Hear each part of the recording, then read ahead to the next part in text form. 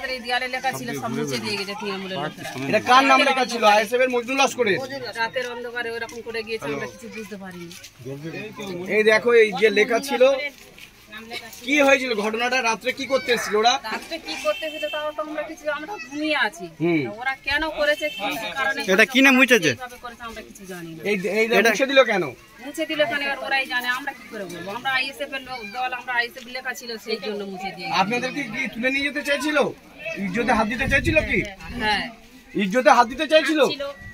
হ্যাঁ, আপনাদেরকে ওরা থানার পুলিশ অভিষেকের নেতৃত্বে আমাদের স্বামীদের নামে মিথ্যা কেস দিয়ে 2-3টে করে বাড়ি ছাড়া করেছে। বাড়ি ছাড়া করার পরে রাতে সেই সুযোগ নিয়ে আমাদের বাড়িতে এসে আমাদের উপরে অত্যাচার চালাচ্ছে। তুলে নিয়ে যাওয়ার প্ল্যান ছিল, নিয়ে যেতে পারেনি। তুলে নিয়ে যাওয়ার জন্য গেট ফেট ভাঙচুর করেছে এবং আমাদের উপরে অত্যাচার করার ওদের ইচ্ছা ছিল, কিন্তু সেটা পেরে উঠিনি।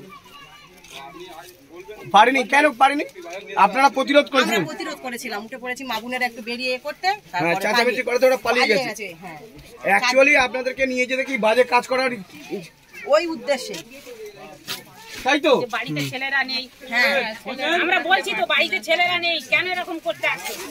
এই বেরো, এই দরজা খোল বলে লাঠি চার্জ করছে, অনেক রাস্তা দিচ্ছে, বাঁধে দিচ্ছে, ভাষা দিচ্ছে, এত খিস্তি দিচ্ছে। মুখে বলাও যাবে না। কালকে মুছবি, আজকে সব দেয়ালগুলো মুছবি, বাজে ভাষা দিয়ে বলছে, কালকে দেয়ালগুলো সব মুছে ফেলবি। আবার আসছি কালকে, আবার কালকে আসবে।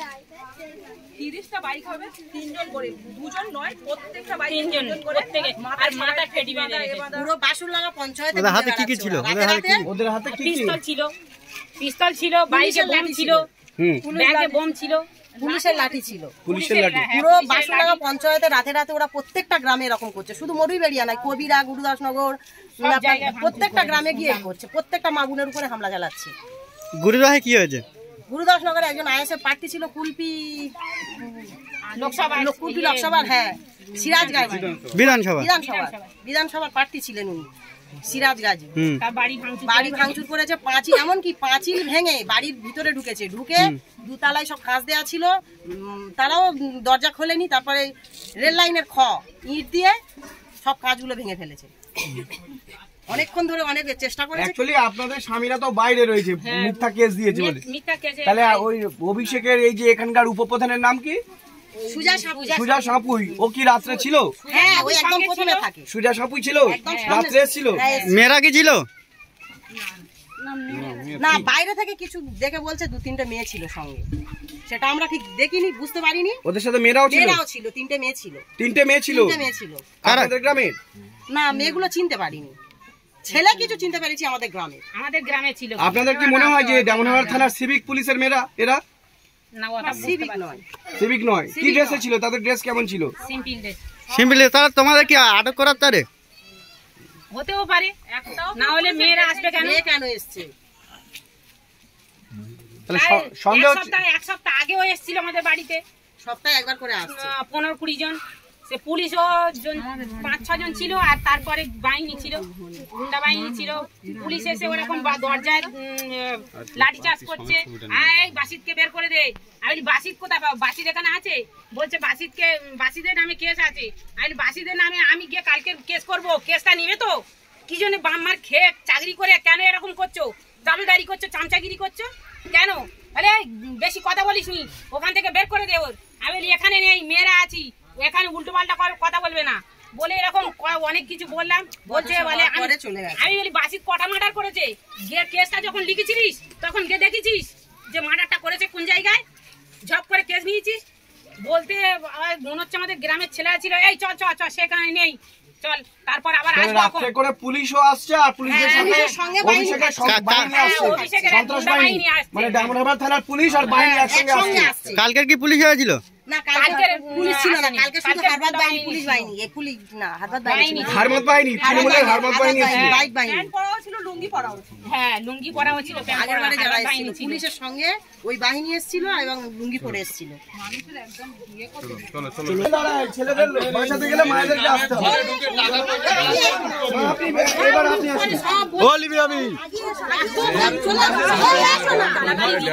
ওই মাকে বাইক বাহিনী অত্যাচার করেছে, সেই জন্য গ্রামে যাদের বাড়ি ভাঙচুর হয়েছে তাদের পাশে এসে দাঁড়াচ্ছে। এবার বলে সব বাচ্চা সর একদম কোনো কথা হবে না এখানে।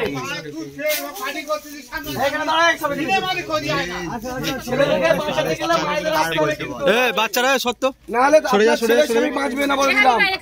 এই লড়াই আপনাদের লড়তে হবে, বুঝতে পেরেছেন তো? কি হয়েছে মা বলুন তো? বাকুলে ঢুকেছে, এই খানকির বেটা বেরো, এই সংবাদন বেটা বেরো বলে ভাষা মারতেছে। যেখানে ঢুকে কারা তারা? তৃণমূলের লোক? তৃণমূলের লোকেরা এই করতেছে। তাও তুমি চলে যাবে তো ফের আত্মীয় তারা ঝঞ্ঝট করবে। কেন আপনাদেরকে এরকম বলছে কেন? বলছেন কালকে আসবো। ওরা চুরি করতে দেয়নি, আর এত চুপ করে আছিস। তোরা চুরি করতে হাঁচি খাস, তোরা আত্মা করতে খাচ্ছি খাস, আমরা নাগিন তো আলো চুপ করে আছি। ও বালকটা ভাই সাহেব ভোট দেবে কেন বলে? কি হয়েছে মা বলুন তো? দুষ্কৃতীরা 25-30টার মতো বাইক, প্রতিটা বাইকে 3 জন করে, আর আমাদের 4-5টা বাইক ওই আমাদের দোকানের কাছে দাঁড়িয়েছিল। ওখানে দাঁড়িয়েছিল, এরা ঢুকে আমাদের ওখানে দরজা ভেঙে, পাঁচিল টাচিল ভেঙে দরজা ভেঙে গেছে, সব বাড়িতে ভাঙচুর করেছে। আর সেরকম বিদেশি ভাষা বলছে খুব। কেন ওরা রাত্রে আসছে কেন?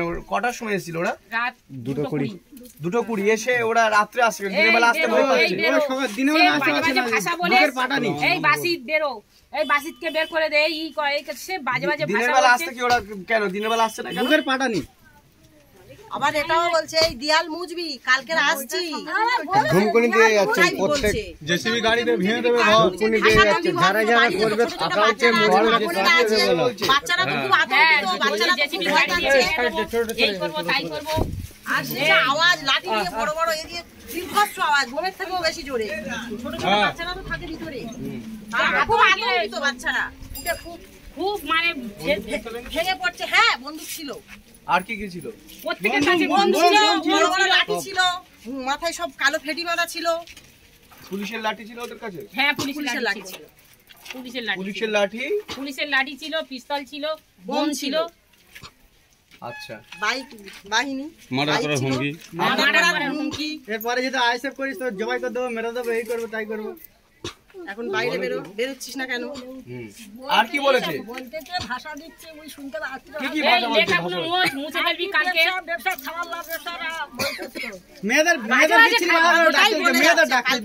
বিচ্ছিরি ভাষা বলে মেয়েদের ঘরে ডাকছে। আপনাদেরকে ডাকছে? হ্যাঁ, তুলে নিয়ে যেতে চেয়েছিল? আমরা তো দরজা খুলতে ভয় পাচ্ছি। আপনাদেরকে তুলে নিয়ে যেতে চেয়েছিল কি? হ্যাঁ সেটা বলবেন তো? আপনাদেরকে তুলে নিয়ে যেতে চাইছে? বাড়ি পুরুষ নেই, দরজা ভেঙে ঢোকার কারণটা কি? বলছি তো যেখানে কোনো ছেলেরা নেই, মানে ওদের ইচ্ছা ছিল যে পুরুষরা নেই, বাড়িতে কারণ পুলিশ আসবে, পুরুষরা বাইরে আছে, আর সেই সুযোগে মেয়েরা আছে, মেয়েদেরকে তুলে নিয়ে যেতে চাইছিল কি? ওটাই তো প্রমাণ। আপনাদেরকে তুলে নিয়ে যেতে চাইছিল রাত্রে। ছেলেরা নিয়ে মেয়েরা তুলবে। আমরা তো বলছি ছেলেরা এখানে নেই, জানো না ওরা বাজে কাজ করবে বলে নিয়ে যেতে চাইছিল মেয়েদেরকে, তাই তো? ওদের কোনো মানে বিশ্বাস নেই, কোনো বিশ্বাস নেই, ভরসাও নেই। সন্ত্রাসখালী করবে, সন্ত্রাসখালী।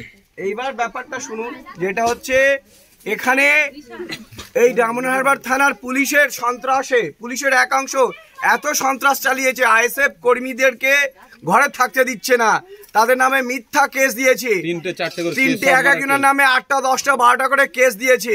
এই ডায়মন্ড হারবার থানার ওসি পুলিশের একাংশ মিলিয়ে ফলস কেস দিয়েছে, এবং সেই আইএসএফ এর কর্মীরা এখন প্রায় ঘর ছাড়া। সেই সুযোগে রাত 1টা থেকে প্রায় 4:30 পর্যন্ত বাসুলডাঙ্গা অঞ্চলের প্রতিটা বুথে মহিলাদেরকে রাত্রে তুলে নিয়ে যেতে চেয়েছিল, কারণ তাদের বাড়িতে পুরুষ নাই। সেই সুযোগে অভিষেক ব্যানার্জি, একজন সন্ত্রাসী, তার সন্ত্রাসীরা বাইক চড়ে এসেছিল, এক একটা বাইকে 2-3 করে, তাদের হাতে পিস্তল, তাদের হাতে পুলিশের লাঠি, সেইগুলো নিয়ে বাড়িতে মা বোনদের উপর চড়া হয় এবং মা বোনদেরকে তুলে নিয়ে যেতে চেয়েছিল, তাই তো? আপনাদেরকে তুলে নিয়ে যেতে চাইছিল, ওরকম তুলে নিয়ে যেতে চাইছিল, এই মা বোনদেরকে তুলে নিয়ে যেতে চেয়েছিল, মা বোনরা প্রতিরোধ করেছে, যার ফলে তারা পালিয়ে গিয়েছে। আজকের আমরা এখানে এসেছি, এখানে এসে সমস্ত আমরা প্রতিটা বাড়িতে যাব, যেসব বাড়িতে তারা হামলা চালিয়েছে, যেসব মায়েদের ওপর রাত্রে টেনে নিয়ে যেতে চেয়েছিল, সন্দেশখালি করতে চেয়েছিল, আমরা প্রতিটা বাড়িতে যাব।